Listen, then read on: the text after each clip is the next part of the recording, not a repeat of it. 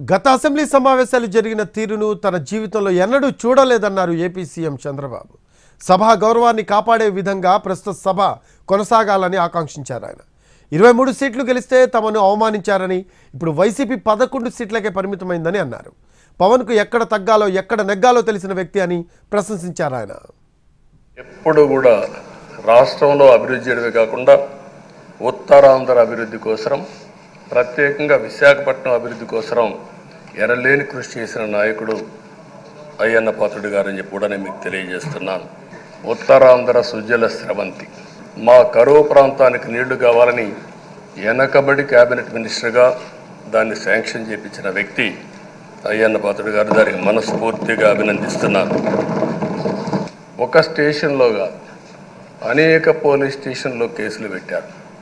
రాత్రుల్లో దేశపోయి station to station తిప్పారు. ఎక్కడా భయపడలా, ధైర్యంగా ఉన్నాడు. 23 సీట్లు మాకు వచ్చాయి. మేము బాధపడ్డాము. కానీ ప్రజాస్వామ్యాన్ని గౌరవించాలనే ఉద్దేశంతో ప్రజాస్వామ్యుతంగా పనిచేశాము.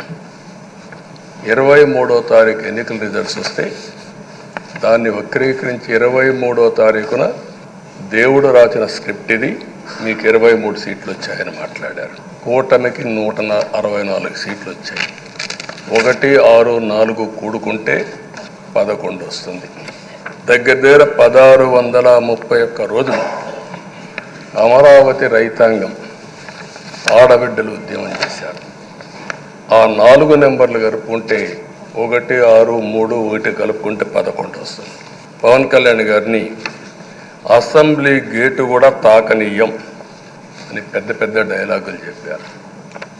21 సీట్లలో పోటీ చేస్తే 21 సీట్ని గెలిపించిన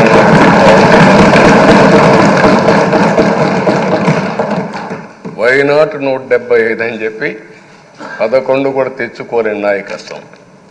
అంటే ఏ విధంగా మాట్లాడారు అనేదానికి ఇది ఒక ఉదాహరణ. ఎక్కడ తగ్గాలో తగ్గడం, ఎక్కడ గెలవాలనో గెలవడం నేర్చిన వ్యక్తి పవన్ కళ్యాణ్ గారు.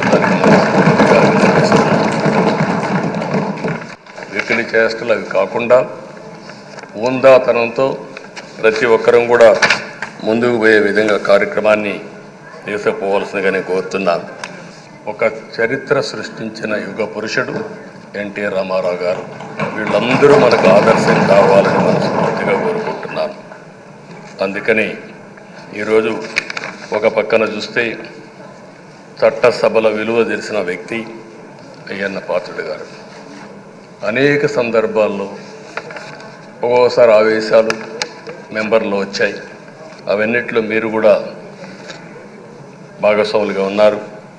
కానీ ఈరోజు నేను కోరుకునేది మీ ఆధ్వర్యంలో రాజ్యాంగ స్ఫూర్తి నిలుస్తుందని, ప్రజాస్వామ్యాన్ని కాపాడతారని, ఈ సభ హోందాగా నడుస్తుందని దాంట్లో నాకు ఏమాత్రం అనుమానం లేదు.